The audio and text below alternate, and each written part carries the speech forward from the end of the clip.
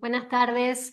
Bueno, bienvenidos a un nuevo encuentro Quilca de nuestro programa de estudios visuales sobre arte colonial sudamericano, que está radicado en el Centro Materia de la UNTREF. Estaba pensando que ya vamos 3 años de encuentros Quilca, así que es todo una alegría compartir estos espacios con ustedes, poder traer a distinguidos colegas y amigos a hablar de sus publicaciones y hacer esa difusión que creemos que es muy necesaria para nuestro campo. Esos encuentros Quilcas arrancaron con Pablo Amador y luego contamos con Luisa Elena Alcalá, también estuvo Gabriela Ramos, estuvo Francisco Montes, Rosario Granados, Maya Stanfield, María Berbara, entre otros. Y la verdad es que, bueno, cada nuevo encuentro también es una alegría y es un desafío pensar nuevas posibilidades para dar difusión a estos trabajos e investigaciones que se están realizando.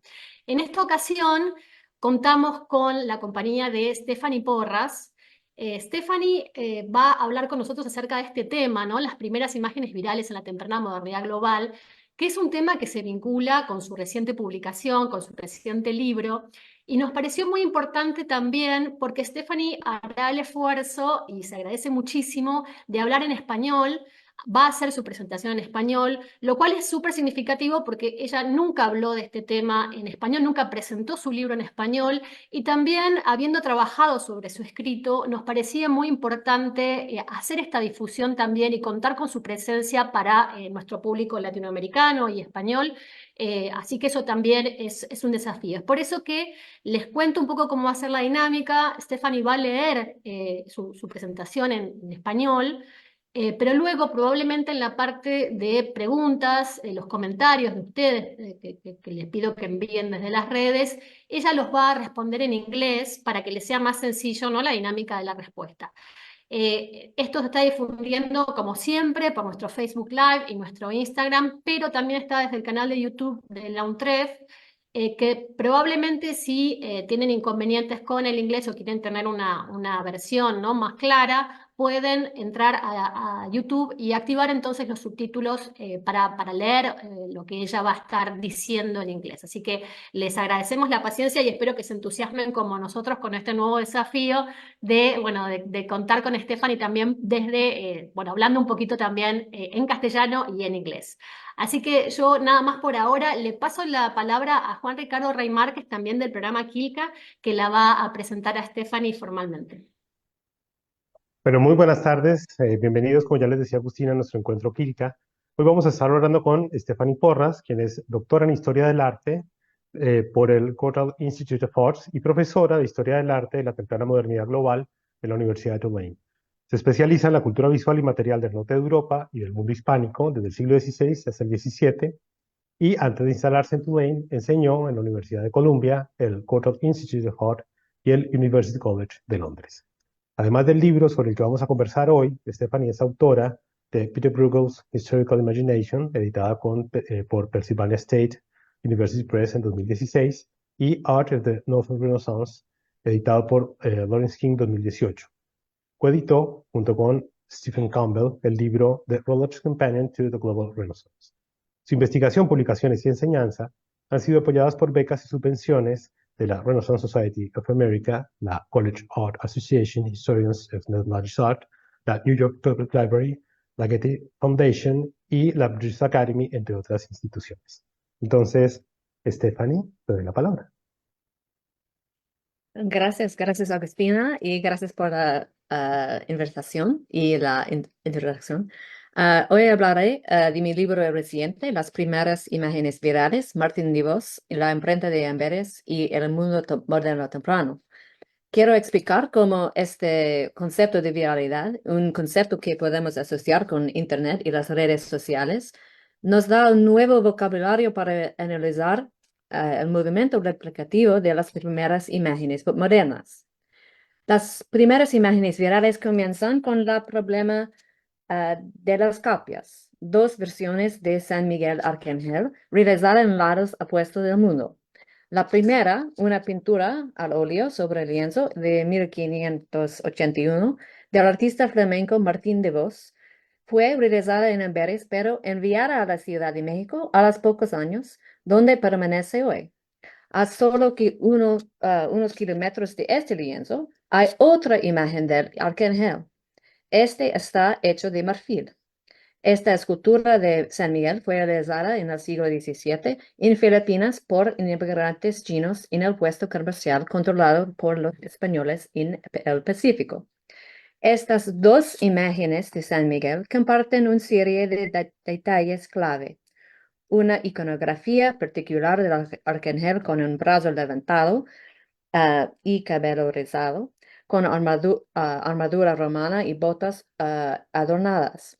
Pero, ¿cómo llegaron a México en los siglos XVI, XVII estos dos objetos tan diferentes, pero de alguna manera relacionados? ¿Cuál era exactamente el vínculo entre ellos? Entendería un espectador del siglo XVII que estos dos objetos estaban relacionados. Mientras terminaba mi libro en 2021, sucedió algo que me aclaró estas preguntas.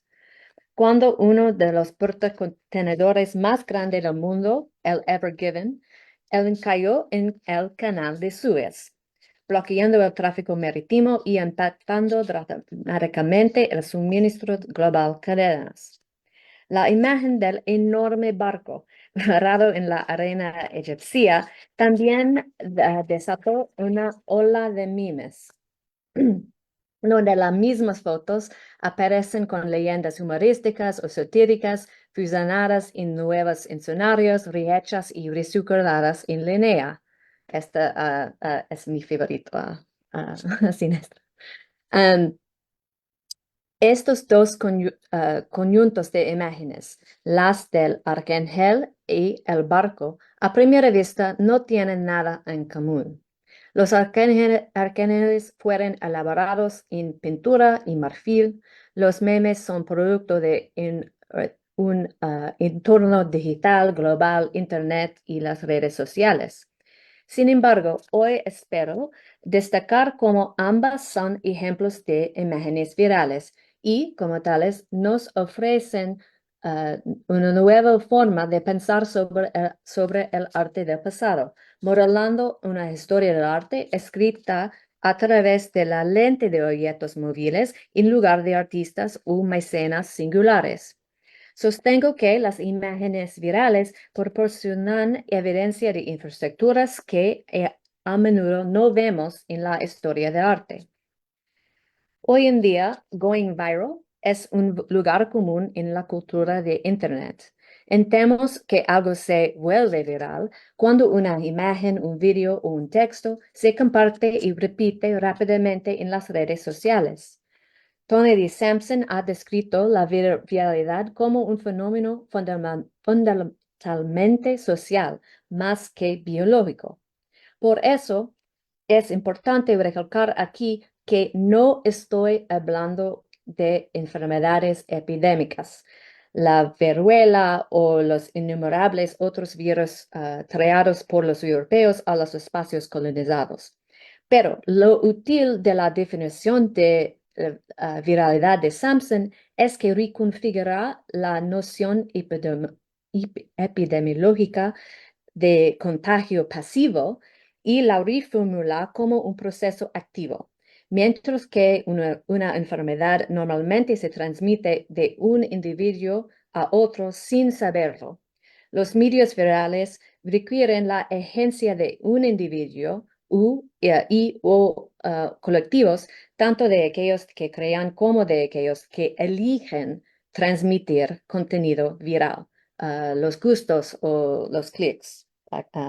Ahora, creo que la viralidad nos ofrecen un conjunto de términos y conceptos que pueden utilizarse para interrogar el movimiento y la replicación de las obras de arte en el periodo moderno temprano. Porque en el siglo XVI, XVII, más obras de arte trasladaron mucho más rápido y a través de geografías mucho más amplias que antes. Y donde quiera que se trasladarán estas obras de arte fueran copiadas. En lugar de pensar únicamente en el binario de original y copia, deconstruir la imagen viral nos anima a considerar una gama mucho más compleja de factores, como velocidad y alcance, redes y infraestructuras, y en inglés, gatekeepers. Guardianes es not quite right. Las imágenes virales se mueven rápidamente y no todas las imágenes virales se ven exactamente iguales, aunque están claramente relacionadas. Hoy, en la era de Internet, una imagen viral puede hacerse viral en unas pocas horas. Pero, ¿qué constituye la velocidad en el siglo XVII? ¿Cómo viajaron las obras de arte y qué instituciones y individuos ayudaron en este movimiento? Esta era una época en la que se tardaban 2 años en llegar a Beijing desde Lisboa. Era un viaje por mar de aproximadamente 100 días desde Acapulco a Manila. Sin embargo, a pesar de su longitud y su naturaleza a menudo precaria, hacia 1600, la regularidad de estos cruces garantizaba el movimiento relativamente fiable y consistente de personas y los objetos a lo largo del mundo moderno temprano, así como un sinfín de mecanismos en papel relacionados para rastrear este movimiento: inventarios, manifestos de barco, documentos de identidad, conocimientos de embarque. Aunque el movimiento viral puede parecer contingente en su desarrollo, sujeto al azar, requiere acciones intencionales y, por lo tanto, estudiar la viralidad requiere identificar y describir las infraestructuras, redes y gatekeepers necesarios para el movimiento y la replicación de la imagen viral. Facebook, TikTok y Instagram son las redes sociales más poderosas del mundo en la actualidad, pero también son gatekeepers, como lo demuestran sobre Meta como censor y promotor de contenido. Uno de los problemas de los historiadores del arte al utilizar un término como circulación para describir el movimiento de las primeras obras de arte modernas es que resta importancia a tales limitaciones estructurales. Los objetos no circulan por sí mismos y no circulan en todas direcciones por igual. La viralidad, por el contrario, es un modelo que reconoce las complejidades de la agencia distribuida, la desigualdad de las infraestructuras de red, donde puede haber puntos de conflicto, atajos y callejones sin salida, muy similar a Given. Aquí utilizó el término infraestructura de manera amplia, abarcando espacios físicos, sistemas de tránsito y el personal de organizaciones políticas, comerciales y religiosos. Estos incluyen talleres de artistas donde se hacían y copiaban obras de arte, como la famosa tienda del grabador, capturada en el grabado de Serranas aquí, el aparato comercial, ferias, mercados, rutas marítimas, terrestres y de ultramar, algunas de las cuales se muestran aquí en este mapa, y la administración de los poderes imperiales y religiosos, cortes aristocráticas y reales, controles inquisitoriales, administradores coloniales y misioneros. Las primeras imágenes virales modernas también se movían a través de redes sociales diferentes y superpuestas, las de comunidades de inmigrantes, órdenes devocionales y conocedores del arte. El término gatekeeper en inglés resulta particularmente útil para los estudiosos del arte colonial, ya que en algunos casos controlaban literalmente el acceso físico a los mercados o modelos artísticos.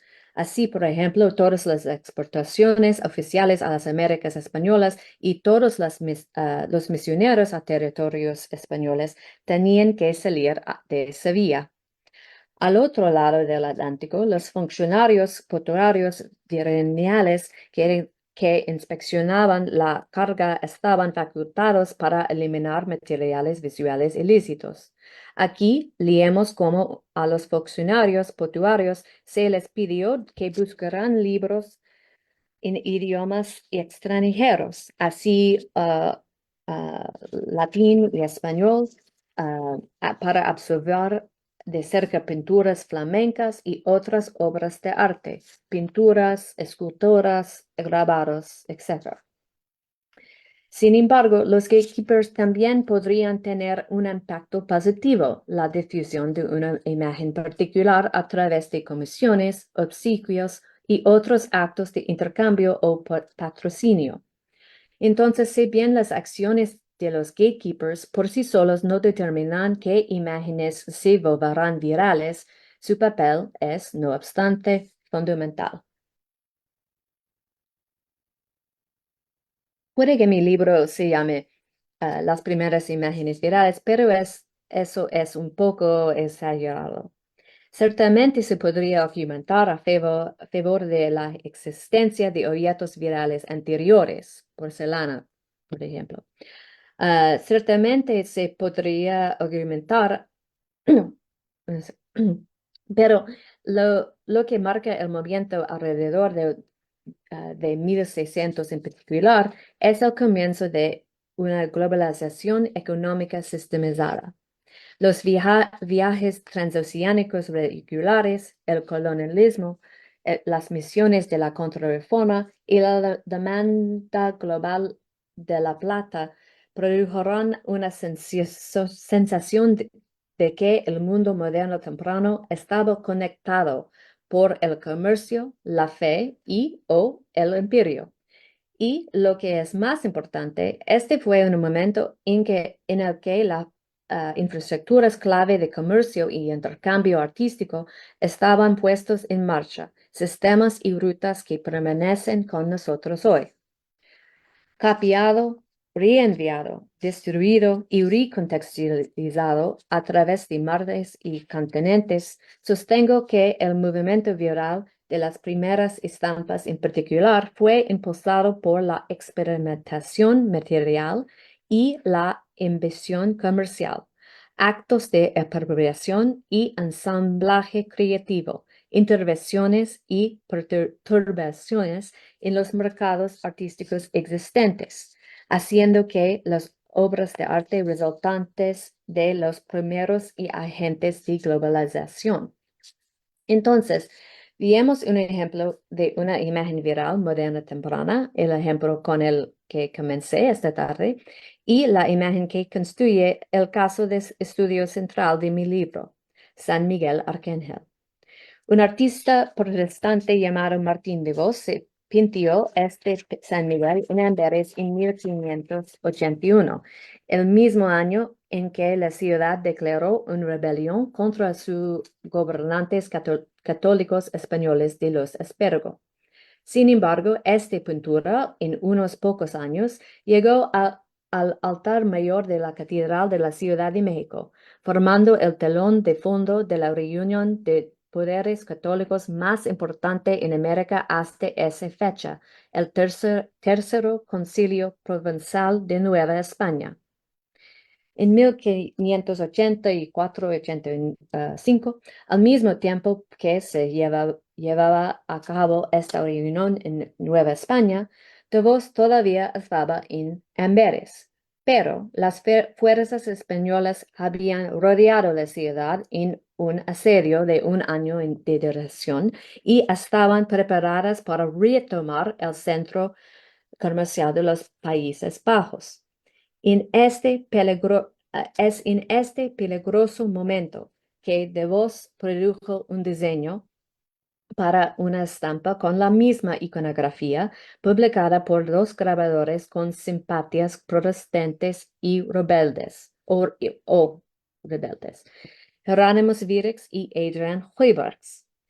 Virix y De Vos eran luteranos, y Huygens había publicado algunos grabados anti-Habsburgo, por lo que los tres tenían motivos para preocuparse por el regreso del dominio católico español. Así que dedicaron este grabado de San Miguel a Benito Arias Montano, un teólogo intelectual español que había vivido en Amberes antes de la guerra y que servía al rey español como bibliotecario en el Palacio El Escorial. La impresión fue probablemente una petición codificada de clemencia para el artista, el grabador y los editores por igual. Un llamamiento a un poderoso amigo y aliado, y un recordatorio del antiguo gusto español por las estampas flamencas como está. Montano fue un importante coleccionista de obras de arte flamencas y libros, y tenía muchos amigos en Amberes a quienes escribió durante la guerra. Esta estrategia aparentemente funcionó. De Vos no solo se convirtió en un artista favorito de la élite española, sino que en unas pocas décadas, docenas de variantes de esta iconografía aparecieron en toda la península ibérica, en iglesias desde Valencia hasta Granada, Lisboa hasta Soria. Al mismo tiempo, otro grabador flamenco que se había trasladado a Venecia a finales del siglo XVI realizó otra versión de este mismo grabado con una inscripción diferente. Así que ahora tenemos dos impresiones circulando por Europa y, como veremos, también por los mares Atlántico y Pacífico, generando aparentemente nuevas versiones de esta iconografía donde quieran que desembarquen. Al mismo tiempo, recordemos que la pintura de De Vos todavía se encuentra en el altar mayor de la Catedral de la Ciudad de México, un lugar muy visible. Una copia antigua de la pintura de Andrés de la Concha, un artista que sabemos que trabajó en la catedral, atestigua el hecho de que la pintura de De Vos se utilizó como modelo casi tan pronto como llegó a América. Pero después de 1631, comenzaron a aparecer variantes de San Miguel en todo el virreinato de Nueva España, a partir de que un joven indígena llamado Diego Lázaro tuvo una visión curativa del arcángel en las afueras de Puebla.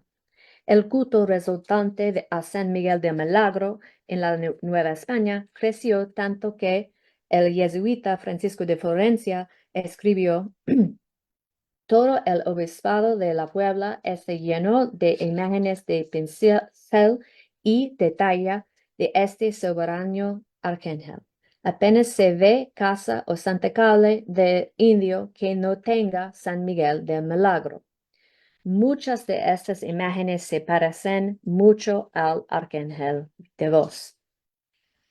Mientras tanto, en el virreinato del Perú también existen varias versiones pintadas de esta misma figura, todas basadas en el grabado del arcángel.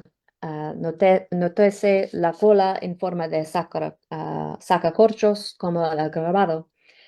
Y al otro lado del Mar Pacífico, en la avanzada española de Manila, también hay decenas de esculturas de marfil que fueron realizadas con el grabado de De Vos o alguna versión de esta iconografía como modelo. Sabemos por evidencia de archivos que muchas de estas esculturas datan de antes de 1700. Entonces, en 80 años, esta imagen del arcángel San Miguel, producida en la rebelde Amberes, había circunnavegado el mundo, de modo que pintura producida en Amberes y la versión filipina en marfil, la misma iconografía, reposaron en el centro de México. Esto es volverse viral en el periodo moderno temprano. Variantes rápidas y sostenidas de la misma iconografía recorren el mundo mucho antes de que Internet o la fotografía.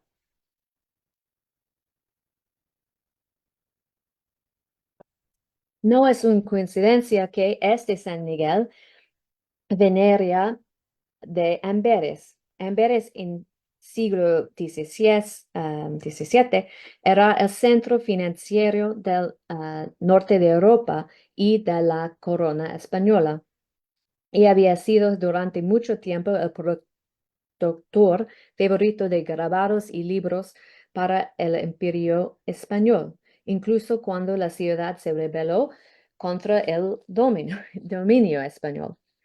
Los artistas y editores de Amberes habían dependido de los mercados de exportación, particularmente España. Las redes comerciales se establecieron entre España, las Canarias y América. Estos inmigrantes no solo mantuvieron vínculos con su tierra natal, sino que conservaron su preferencia por los productos flamencos. Cuando el San Miguel de Vos fue colocado en el altar mayor de la recientemente renovada Catedral de la Ciudad de México, varios otros artistas flamencos ya estaban trabajando en la capital virreinal, incluidos el pintor Simón Pérez y el escultor Adrián Suster, a cuyo talle se deben el púlpito y la sillería del coro de la catedral. Las imágenes virales activan múltiples redes superpuestas. La Compañía de Jesús parece haber sido otra red clave para la distribución y repetición de la iconografía de San Miguel en Lima y Manila. Hay dos pinturas tempranas de San Miguel en la iglesia jesuita de Lima, y la Compañía de Jesús en Perú promovió particularmente el culto del arcángel entre las cofradías indígenas. En Manila, un colegio jesuita tenía un San Miguel de marfil a la vista en su capilla, lo que puede haber estimulado la producción de estas esculturas para exportación.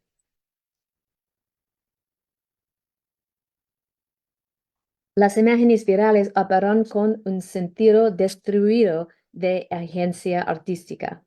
Así es que Martín de Vos por sí solo no facilitó la movilidad de estas imágenes, ni garantizó que fueran copiadas ampliamente en todo el mundo.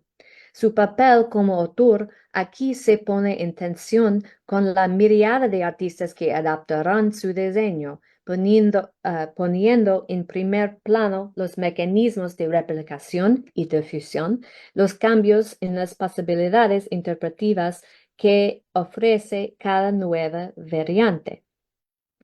En lugar de ver estas imágenes de San Miguel de Marfil, hechas en Manila por talladores inmigrantes chinos anónimos, como copias o traducciones, deberíamos verlos como un tipo de producto artístico completamente nuevo. Aunque el marfil como material era estimado casi universalmente en todo el mundo, ningún artista en ningún lugar estaba elaborando esculturas a esta escala y en este momento. Estas esculturas miden más de 1 metro de altura. Para elaborar estas imágenes de San Miguel de Marfil se requirió acceso a modelos, materiales y habilidades de una variedad de fuentes. En primer lugar, estos talladores tuvieron que hacerse del grabado de San Miguel, ya sea a través de un mecenas o de otro lugar. Aún no se ha localizado ninguna prueba documental sobre el encargo o la fabricación de estas esculturas, pero desde hace tiempo se ha observado la correspondencia entre los marfiles y los ejemplares grabados europeos. Los modelos grabados o las copias dibujadas realizadas a partir de estos grabados deberán conservarse en talleres de Manila, dado el importante número de versiones supervivientes relacionadas de iconografías específicas, como la de San Miguel.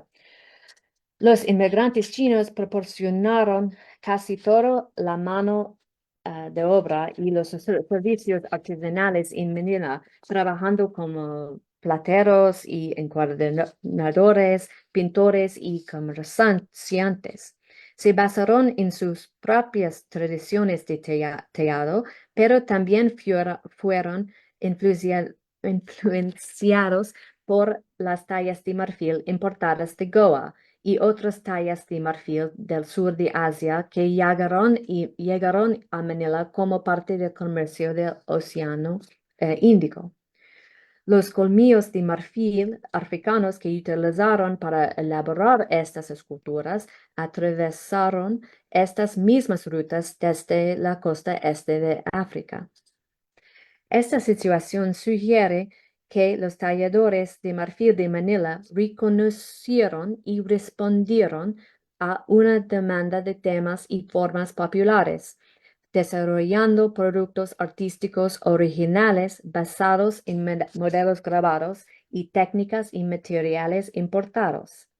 Es posible que los gatekeepers europeos hayan controlado el acceso oficial a las estampas, pero la gran cantidad de marfiles existentes realizados después del grabado de San Miguel de Martín de Vos atestigua cómo las copias intermedias, tanto dibujadas como esculpidas, podían impulsar el uso continuo de un diseño más allá del encuentro singular de una comisión directa.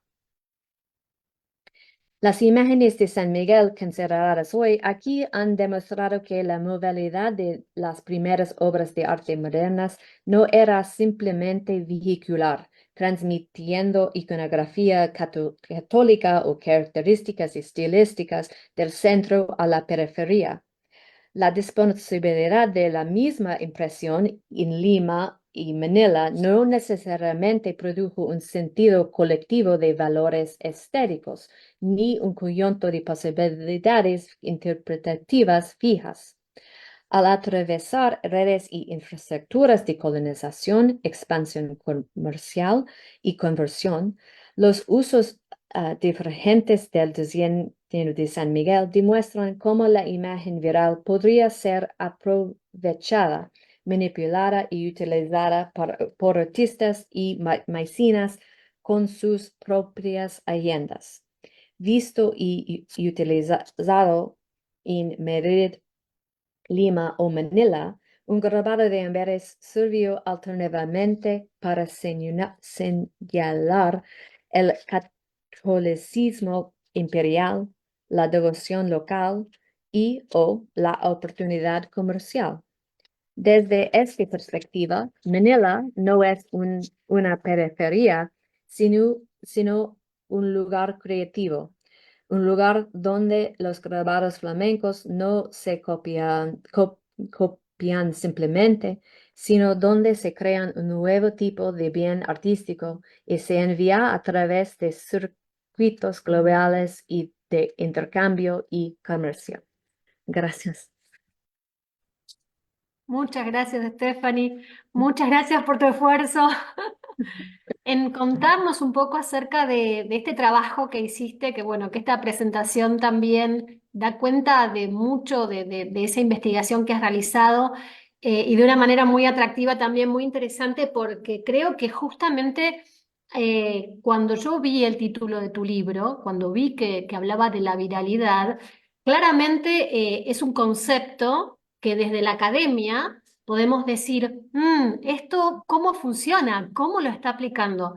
Yo cuando leí tu libro y lo comenté con mis colegas del grupo Quilca, decíamos, bueno, ella, o sea, está abordando este concepto, no, como decimos nosotros, no esquiva, she's not dodging the ball, no lo esquiva al problema, va al punto y de alguna manera, con un cuerpo teórico interesante, está sosteniendo la posibilidad de aplicar este concepto de viralidad a este problema que estás trabajando. Mm. Que justamente es muy interesante porque quizás nuestro miedo, nuestro resquemor, tiene que ver con la historia de los conceptos biológicos aplicados a la producción artística de la temprana modernidad, especialmente en el área del arte colonial, sobre todo sudamericano, ¿no? Cuando hablamos de mestizaje, cuando hablamos de hibridación. Entonces acá es como que de alguna manera es muy claro cuando vos decís, bueno, no estoy hablando de temas de enfermedades, o sea, es la aplicación de este concepto para entender un proceso que además a mí me parece muy interesante, o sea, de alguna manera sí seguimos hablando sobre estos temas que nos interesan para la producción de imágenes y su difusión en la temprana modernidad. Estamos hablando de la cuestión de la copia. Estamos hablando de la cuestión de la circulación, la creatividad, la originalidad. A mí me parece que en esta propuesta que estás haciendo vos en tu libro hay algunos conceptos que son de mucha utilidad, algunas ideas y una apertura un poco del campo que también es muy sugerente, muy atractiva. Por un lado, parece como quizás no resulta tan importante, pero para mí desde la perspectiva de quienes estamos analizando esta producción artística, poner también la producción en marfil Ujú. es súper interesante, es algo que no se ha hecho, no se ha incorporado, hemos como trabajado muchísimo sobre la pintura, algunos ejemplos en escultura, pero creo que este panorama que estás trabajando, ¿no? Incorpora Manila, incorpora la escultura en marfil y ahí se genera también otra cosa que me parece muy interesante, este diálogo entre Amberes, México, por decirlo, o América colonial y Filipinas, que disfruté mucho también esa puntualización que haces sobre el ambiente de Amberes, ¿no? Porque es algo que siempre leemos mucho, esta cuestión de la problemática protestante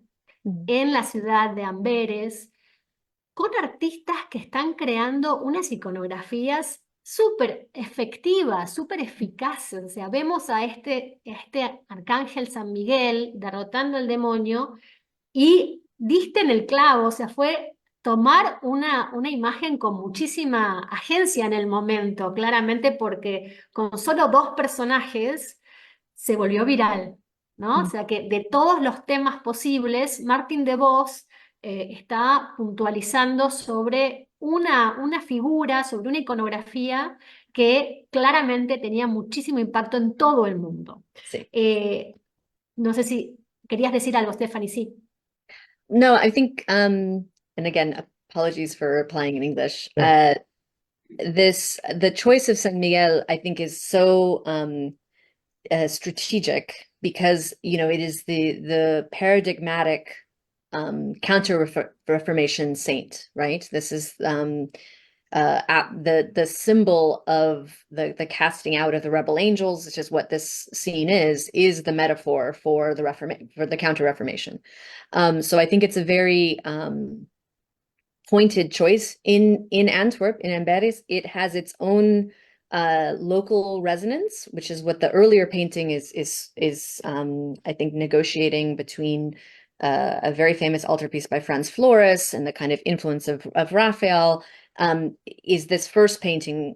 But then by 1584, when the print is published, that going to San Miguel is a very strategic move because it is a very open-ended figure. And I think one of the questions I'm often asked about which takes me to kind of your first comment about the usefulness of virality as a concept, is I was able to map these examples because of the strangeness of this iconography. It is very strange. It's a very unusual iconography of the archangel with no sword in the engraving and the painting, with this martyr's palm. It's very recognizable, and so one can track it. But we have many, many, many examples in the history of colonial art or the history of Spanish art that are, related to European models in a much less clear way, because the iconographies are so standard. And I was somewhat frustrated with, I think, literature that just wanted to assemble a corpus and say these are all related to these engravings, or these are all related somehow. But we needed, I think, for me, virality has provided a set of terms to approach this problem of a bunch of related objects. And what are the analytical frameworks? What are the questions that we ask this group of objects? And for me, it's been very useful to think about how an object moved, like quite literally how it got from one place to another, and what were the individuals and the systems that enabled that movement. Because I think that is something we have not talked enough about in this kind of first couple generations of scholars of colonial art have focused so much on the identification of models, that I think it is necessary to kind of move beyond this and think of new analytical concepts to apply to this corpus. And it is, I think, there is a resistance to this virality is such a, it is such a term of the moment that I think Peter Parshall said, well, you don't really need the term. But for me, the term is useful because it points to a way of looking at, it's helpful for what it generates in terms of the questions for me, or in terms of the way into objects that have very little archival basis. We know nothing about these ivory sculptures, and I don't think we will, right? The names of these artists were not recorded. And, I've been able to find very limited archival references to their sale. So what do we do with these objects if there's no archival document, there's no archival source, there's a definite corpus? I think if given enough time, one could as a connoisseur approach grouping workshops and things. But is that all we're going to do with these objects? Why not connect them to the circulation of goods, or really see them as kind of reposition them as completely innovative artistic products, instead of just derivative products? I think that to me is a really important shift. Bien, perfecto. Me están diciendo que lamentablemente no están saliendo los subtítulos. Espero que puedan estar entendiéndole a Stephanie lo que está comentando, porque es muy interesante la complejidad del panorama que ella está presentando. Así que eso, les pedimos perdón porque por ser la primera vez tenemos este inconveniente técnico. No sé, Juan, si vos querés hacer algún comentario, si hay alguna pregunta para abrir un poco más el debate. Bueno, en primer lugar, con respecto a la transmisión, yo creo que es probable que, como se está transmitiendo ahora y se está grabando el video, no salga el caption disponible, pero después, cuando quede disponible en redes, sí se puede usar el caption para seguir la Bien, presentación. sí. Entonces, es la primera vez y, como siempre, hay pruebas. Esto es televisión en vivo, se decía en otra época. Em, well, I was thinking about your idea of virality, which, well, if we sort of follow the metaphor, it implies contagion. So I was thinking about this contagion, whether it is voluntary or involuntary. This is the artists who replicate a model, or the patrons who demand an image, do so voluntarily, or have you considered, for instance, the imposition of iconographies, how the reception may be explained in some places, thinking about the direct imposition from the church? So this question of contagion, I think, is important, because even though I want to set, I'm not talking about smallpox, variola, like I'm not talking about specific epidemic disease, but I like I like that it has this frisson, of Yeah. contagio is like because the word just it makes you think of this, and it's not unuseful, I think, because we are talking about images that always traveled with swords, that always traveled with biopolitical power. They came Yeah. with Europeans that imposed their will through violence and through coercion.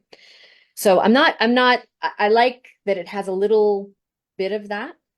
But what I try to make clear in the book is that that this idea of gatekeepers, or this idea of imposing the iconography, always has to be understood in relation to how it is then also manipulated by individual patrons or individual artists. So in the case of the Lameño example here, I don't know if is it still on the screen? I don't know. The painting in San Pedro that has the Indígena woman in front of Yeah. It's it's just there. now on screen. It is, this image is, did she come across it? Did she buy this print and then say, I would like a painting of this and me in front of it, right? And that there's always going to be a negotiation then of this idea that the European engraving is always imposed from above, when it can also be selected, right? It can also be selected and used to serve whatever the needs of this indigenous woman who wanted her image in front of it. Or, as in the case of Manila, I'm pretty sure most of the artists who carved these were not converted Chinese sculptures, and they saw this image as a popular commercial subject. They had no interest in its, I don't think, really in its religious significance, but it was a popular subject that was going to sell and was going to be produced, and would there be demand. So this what is nice about virality to me in its modern sense of memes and whatever is you choose whether you like something or you don't like something, right? You how many little thumbs up or thumbs down or hearts or whatever it is. And it's that sense of participation, even if you are not the one who originating the iconographic model, that you are participating, and by moving it, right, by reposting it into another network, you now have agency in this process. It is not just this as a thing you must copy and you have no agency in this copying. By choosing to, and this is where it deviates the contemporary use of virality, where it can be very a click is not very laborious.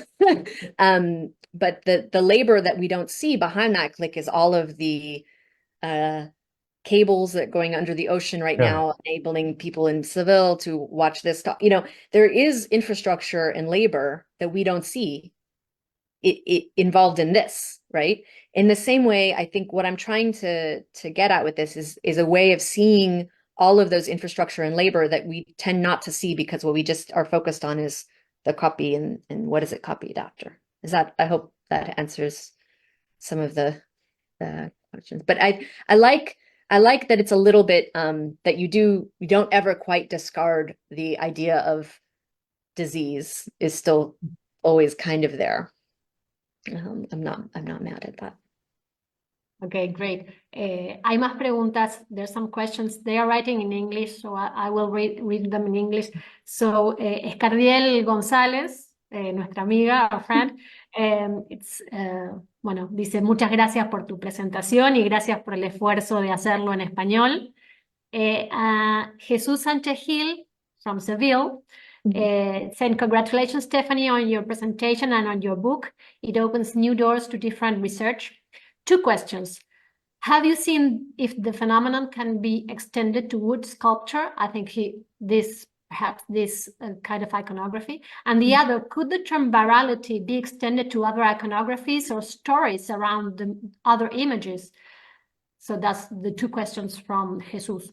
I would say in terms of sculpture, I became fascinated by the marfiles because I saw them in Mexico, and then I just started looking for them, and I went to Manila, and I went down a rabbit hole.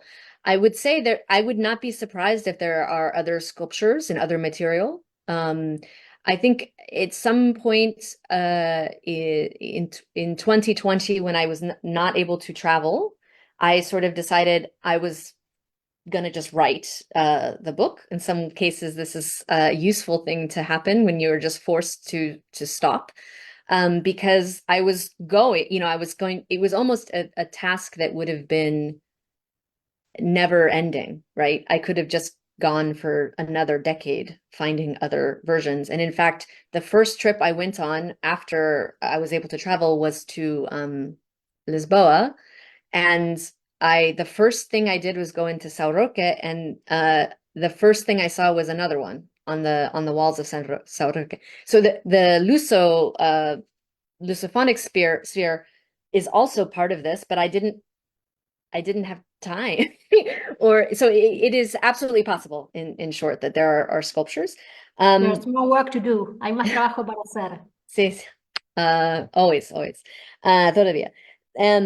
For other iconographies, other stories, I think absolutely, as I said, this is a very, very easy one to see because it is so strange.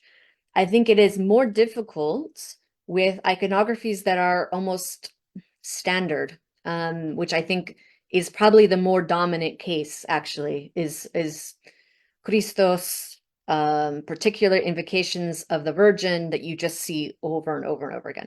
So, but I could say that the first case study in my book is the Evangelica Historia Imaginis of Nadal. Every single one of those prints also, I would say, is also this had this kind of circulation, and it is actually too big of a problem, right? 190, like it's there's too many, 153 engravings that are literally copied everywhere. So that is, I think there's many other examples of iconographies. Stories, I think, is quite interesting as a concept. Or object types, I think also. The first there's a story, I think it's in the book, I can't remember now. When Legazpi's troops come back to the Philippines after Magellan had seen the islands, he leaves a statue that is a Niño Jesus de Flandes. It's described as a Flemish poupée, a Flemish sculpture. And when they come back, or when Spanish forces come back 50 years later, they describe this same subject, which is the Santo Niño de Cebu, in Manila, or in the Philippines now, which is venerated as a cult object. But that object was not made in Antwerp. That object was made in the Philippines at some point. And so this idea of the Santo Niño, it is also a kind of, one could also maybe think about that as a concept that has particular currency. And Legazpi had been a patron of the cult of Santo Niño in Mexico. So like this idea of taking the cult from one place to the other, I think, is also important. Thank you, Jesus.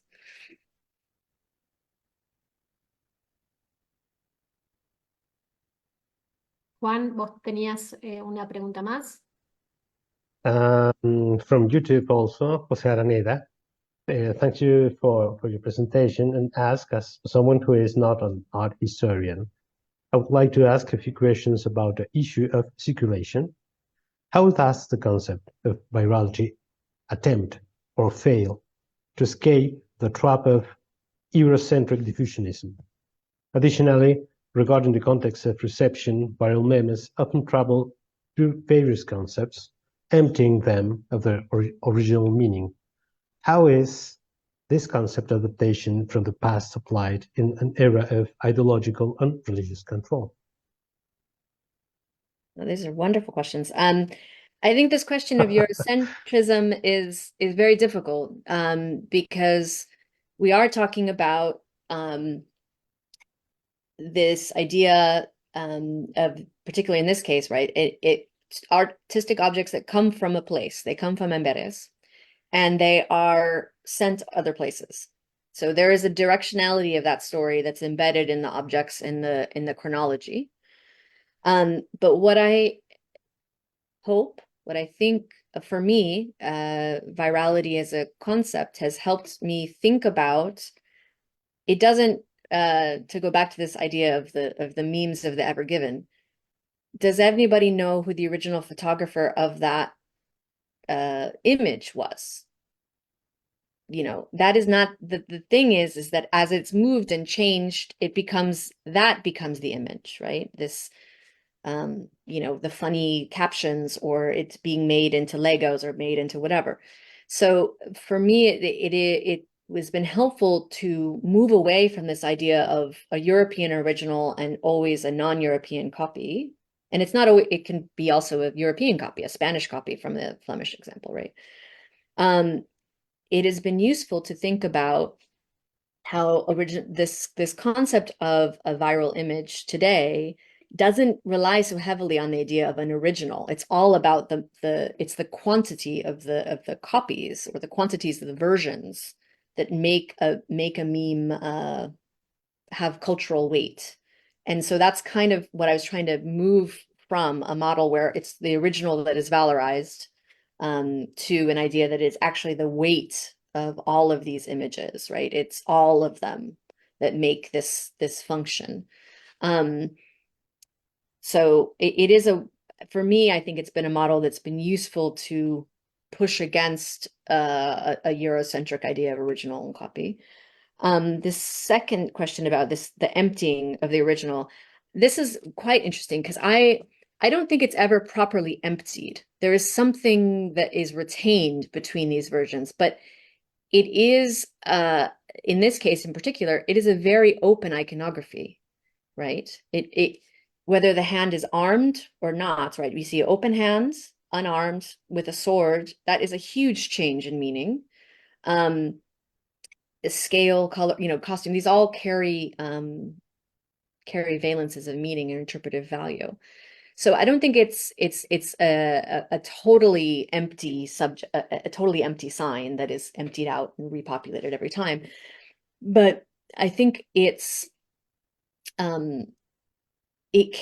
what it does carry, I would say, is particularly in this era of the Counter-Reformation, is it carries an imprimatur of authority, right?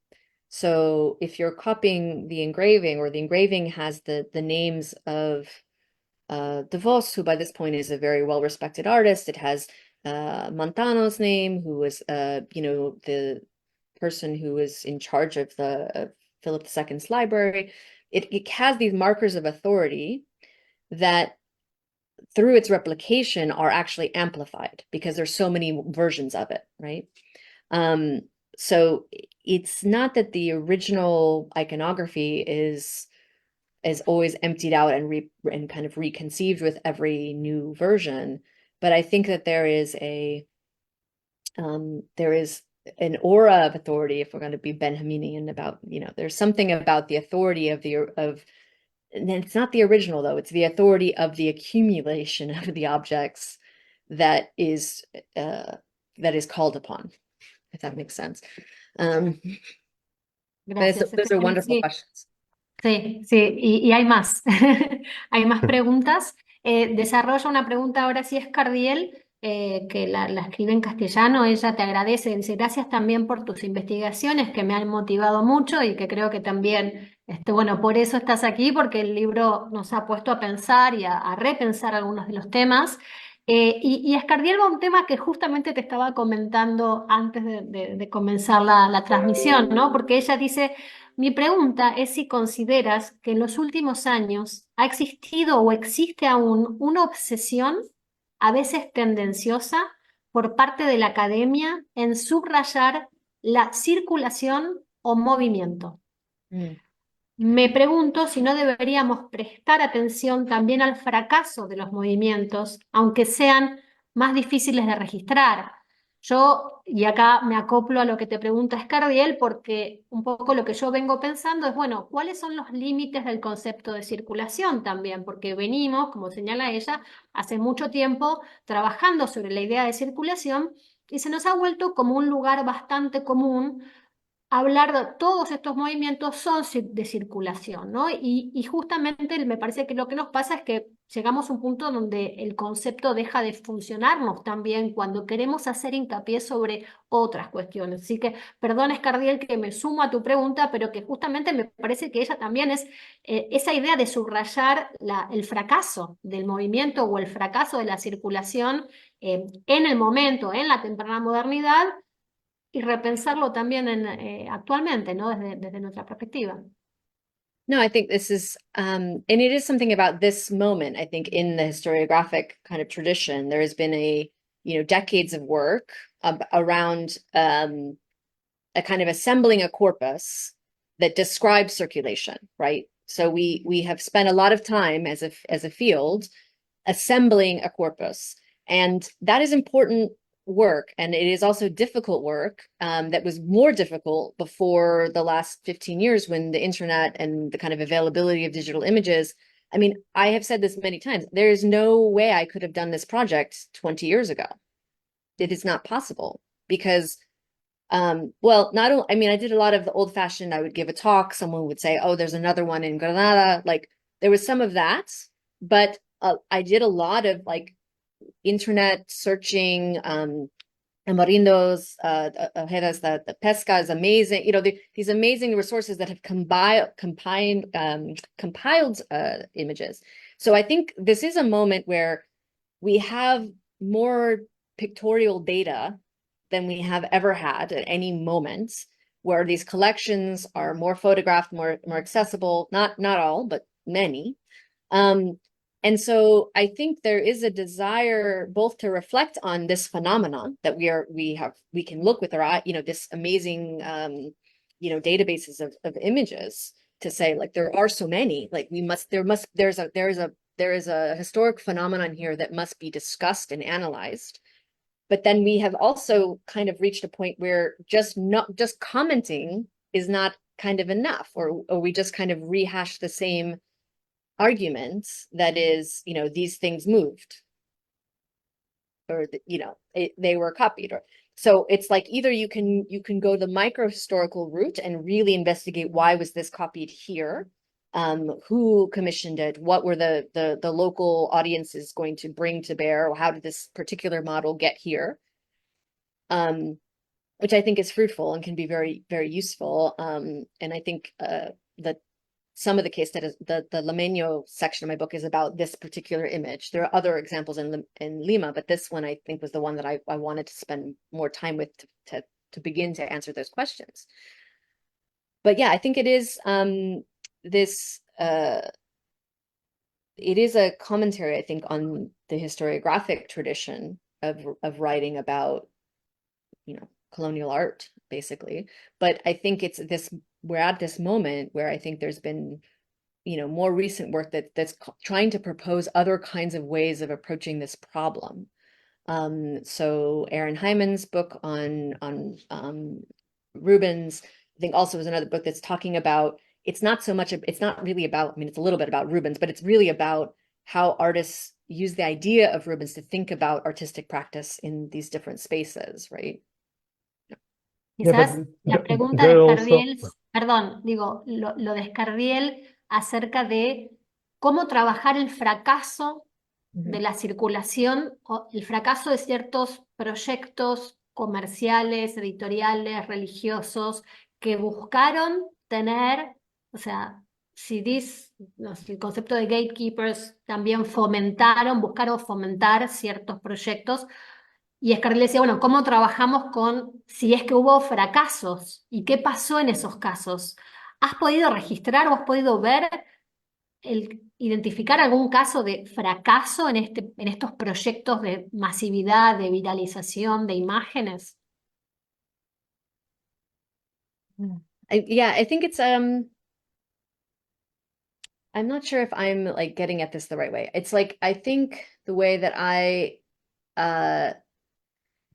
have thought about the limitations of circulation and where it fails, is this question of, I think, reading work that is about, as I said, assembly, which is important work, but it doesn't really to me, scholarship should ask questions that produce more questions, right? That is so to me, circulation seems like it's sort of reached a circular argument where it doesn't produce more commentary except on the fact that things circulate.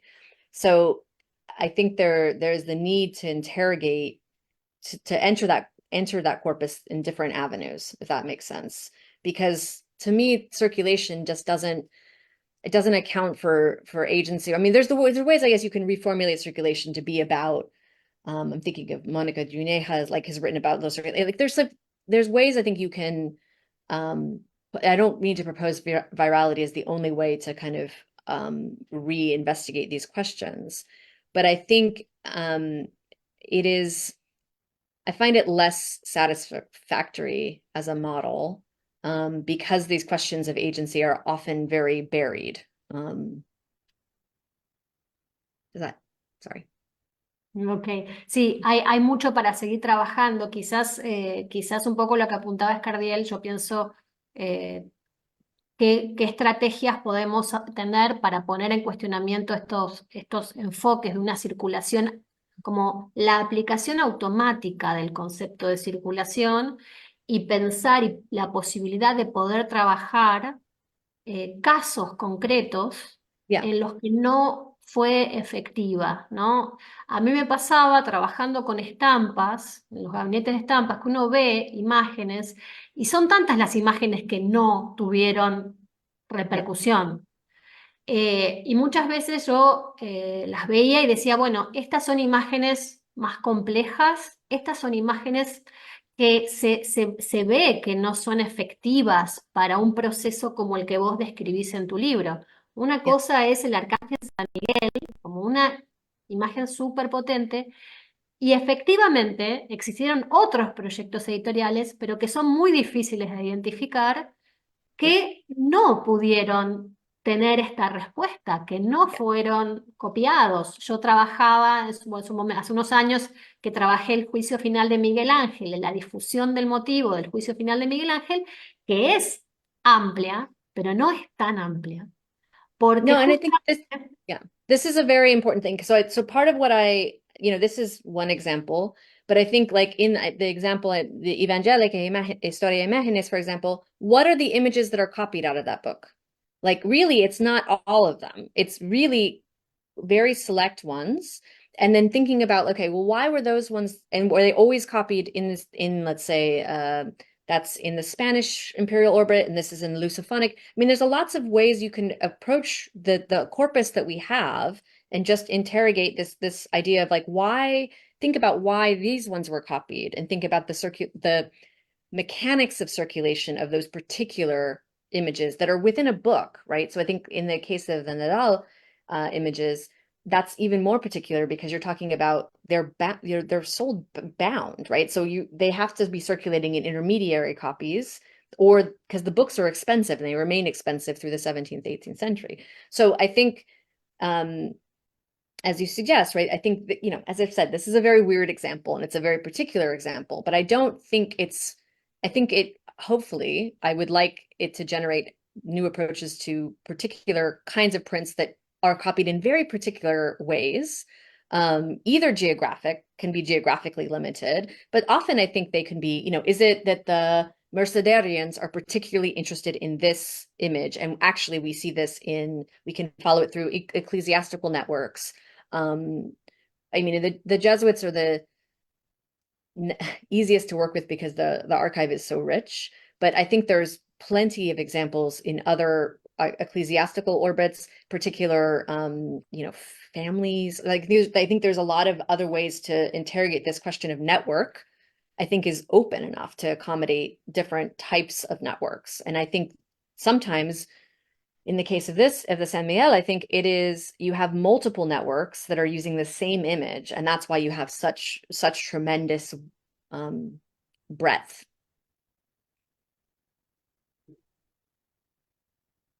bien, sí, no sé, Juan, si hay alguna otra pregunta. No tenemos más preguntas del público. No, sí, aquí hay Simplemente. una, Perdón, bueno, perdón. Una sí, nos de acompaña Benito Benito Navarrete. Navarrete. Sí, sí, sí, sí, sí. Disculpen. Benito Navarrete escribe, mi pregunta es sobre la autoconciencia de apropiación y de circulación en sí mismos. ¿Realmente son conscientes de su transformación original en el color, por ejemplo? Um, well, I think the question of appropriation versus I sort of it really depends on the He's saying consciousness, the conscious self-consciousness of the appropriation, if there yeah. is a self-consciousness of appropriation. I think there is in certain cases, right? So I think the ivory sculptors of Manila are taking a flat object that is this big and turning it into a three-dimensional object that is a meter, between a half meter and a meter tall. There is got to me, in my mind, there has to be a self-consciousness of this move from a two-dimensional object to a three-dimensional object of that scale, and it's the choice of the material. So in that case, I think it's quite, and the same with the Lamenia patron. That is, we have a patron in the image who has chosen, presumably, this subject because she is the she is the patron there. So in some cases, I think it is you can make I think a, a sustained and argument about appropriation as a self-conscious act. And I try to do this in those cases. In other cases, it's unclear. And I think that this spectrum of consciousness or this idea of appropriation versus being given a subject to copy, which as we know was done very regularly in colonial contracts, that there's a spectrum of agency embedded in that in these processes. So it really depends on the example, I would say, and the what we know about the circumstances of that example in terms of how conscious it is. But I hope that um the examples I've assembled in the book or here today are trying to demonstrate the capacity of that, right? The capaciousness of the idea of agency here, because you really can have um, the agency of the engraver who's given a design to remake. But these are some of the finest engravers at work in the 16th century. There is an artistic agency there. There's a desire to transpose, which is a very loose drawing into this beautiful meshwork of lines, versus the sculptors of Manila, right? Sí, me parece que, bueno, un poco comentando lo que acabas de señalar y en relación con la pregunta de Benito, que es muy interesante porque creo que algunas pautas las estás dando. En un momento decías que estos artistas filipinos no son convertidos, o sea, no están partiendo desde una cuestión religiosa, o sea que es bastante complejo entender qué había detrás de esa, ¿no? De ese accionar de estos artistas a la hora de apropiarse de una imagen, de crear algo que sí, que yo considero que se pensaba como algo nuevo, como algo diferente, pero del otro lado de esta red me interesó mucho también la percepción de un artista como Martín de Vos, ¿no? O sea, el artista filipino, y decías, ¿no? Que Martín de Vos, vos decías, no facilita la movilidad. Mm. En un momento decías que estos artistas, me pareció interesante, quizás yo lo he trabajado desde la cuestión de los editores de estampas como mediadores culturales, en la idea de facilitar que ciertas imágenes circulen de manera masiva detrás de un ejercicio más económico. Pero como también es, de alguna manera es poner en cuestión, cuestionar las acciones de todos esos actores dentro de esta red, dentro de this network. Y entonces no solo son los artistas filipinos que pasan la estampa al marfil y su conciencia acerca de qué es lo que están haciendo, por qué lo están haciendo, cuáles son los factores detrás de esa copia, sino también poner en cuestionamiento, bueno, ¿qué pasa con los artistas europeos a la hora de crear? ¿Qué tan conscientes son estos artistas? Yo siento que detrás hay una intención económica, Mm. claramente, y ellos saben qué es lo que funciona, ellos saben qué es lo que vende, y ahí hay también como un hacer, pero vos lo ponías en cuestionamiento como sí, pero hasta un punto, quizás no tanto de pensar a estos artistas como que ellos están, ¿no?, facilitando la viralidad en todo su espectro, digamos. No, I think DeVos is an example where he does have some sense of the viral capacity of his work, because he lives a long enough time, and I think these prints that he's doing in the 1580s during the war are a very clear lifeline economically, right?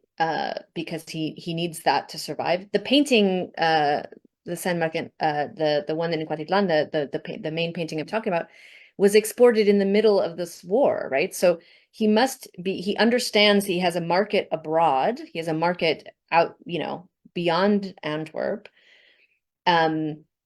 And he is a very, insistently signs his work. And the fact that the Jesuits, when they are finally working on producing the Evangelica Historia Imágenes, they go to him to redesign some of the key scenes, I think because he already has a name recognition beyond Antwerp.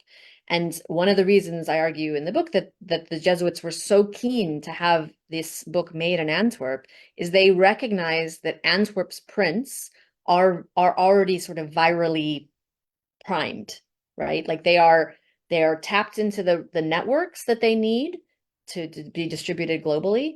They are, aesthetically are I mean, I'm a print person, so they're beautiful prints. But they are also, they have this network already. So it's both the kind of brand style appreciation of DeVos, but also the network that will allow this print to circulate and have to be recognized in Manila as a good print, as something to follow, right? Because it is already sort of has that charge of virality, I think. But I think DeVos is aware of it, but he is not the network, right? He is, as you say, one actor, and there are many actors along the strain from Antwerp to Manila. There has to be many hands that select this print, not that print, or more of these prints, please, right? So it's recognizing all of those points and thinking about, well, who are the buyers in Seville who want these prints, particularly, and then, there's some Jesuit letters from Manila back to Seville saying, thank you for the prints, but we don't have anything more specific than like what kinds of prints they want, or, things like that. Bueno, tenemos una pregunta más de Pablo Amador. Pablo Amador, que como recordaba Agustina, en un principio fue uno de nuestros, precisamente, bueno, es un amigo de la casa y siempre está presente en nuestros encuentros Kirka desde su participación. Y él pregunta, agradeciéndote la presentación y el libro, sobre qué opinas sobre las ausencias en otras geografías importantes como Guatemala, por ejemplo, que es un centro muy importante de producción de imágenes que Pablo ha estado trabajando ya hace un buen tiempo, donde en algunas ocasiones te encuentras con algunas ausencias de iconografías que supuestamente fueron muy exitosas, ¿no? Entonces, quisiéramos, yo creo que ya como para cerrar, escuchar tu comentario, porque no queremos tampoco extendernos demasiado ni abusar del tiempo. Adelante. No, I as I said, I wish, so 2020, I had to stop. Well, I didn't have to. I chose to reframe this moment of global catastrophe as a moment to, like, I will finish this book. I think this one could continue, I think, and look, I know there are at least two San Miguel's in Quito that I've never seen. I know from talking to colleagues that there are others in other places. It is, I would love other people to work on these particular networks, because I mean, again, I ended up having to focus, I think, on basically Seville, Mexico City, Acapulco, Manila was the kind of main route, but there are many others. So there is also, I know of two ivory plaquettes that were probably made in Goa, South Asia. So there are other potential networks to explore, and I don't I don't have answers because I wasn't able to do that work, because I also believe very firmly that you have to go to those places. I've never been to Guatemala. I would love to go to Guatemala. I've never been. So you have to go also and look, because it's not only finding these, as I said, there's so many wonderful repositories or people have written about specific examples, but I also found many examples just by walking and going into churches in Cusco and, you know, things, looking for them. So you have to actually be on the ground and looking also still. But I would, yeah, I'm sure that there are other important geographic networks to explore. Genial, sí. Me parece que la presentación, o sea, un poco lo que estamos interesados es acerca de los límites y potencialidad de ciertos conceptos, pero acá Pablo introduce la cuestión de las geografías también, que es otro tema a pensar, a seguir trabajando. Así que bueno, ya cumplidas como la hora y media, cerramos este encuentro Quilca. Te agradecemos muchísimo, Stephanie, creo que ha sido muy productivo. Les agradecemos la paciencia por acompañarnos en este encuentro Quilca bilingüe, el primero bilingüe. Así que eso, bueno, para nosotros es fundamental. Esperamos que se puedan seguir dando este tipo de encuentros. Les pedimos que nos sigan en redes. Estamos como Centro Materia. El programa Quilca forma parte del Centro Materia y ahí van a poder encontrar nuestras próximas actividades, nuestro próximo encuentro Quilca. También les comento que en noviembre estamos desarrollando desde Centro Materia el Congreso La Vida de las Cosas, Modo de Existencia, Supervivencia y Agencia de la Cultura Visual, que ya estamos en el proceso de armar un programa para esas jornadas que organizamos con la Universidad Adolfo Ibáñez, con la Unifespi de Brasil, con Uniandes de Colombia, que son unas jornadas de historia del arte que tienen una larga tradición y que también por nuestras redes se van a enterar acerca de la próxima convocatoria de nuestro congreso del programa Quilca del año que viene. Así que, como saben, síganos porque estamos siempre muy activos. Así que, Juan. No, simplemente agradecer a Stephanie por su presencia, por su ejercicio, también de insertarse en otras redes eh, a través de esta presentación. Invitarlos a que nos sigan. Muchas gracias, Stephanie. Y bueno, Gracias. seguiremos en contacto. Nos vemos Muchas en la gracias. próxima Encuentro Quilca entonces. Muchas gracias. Gracias.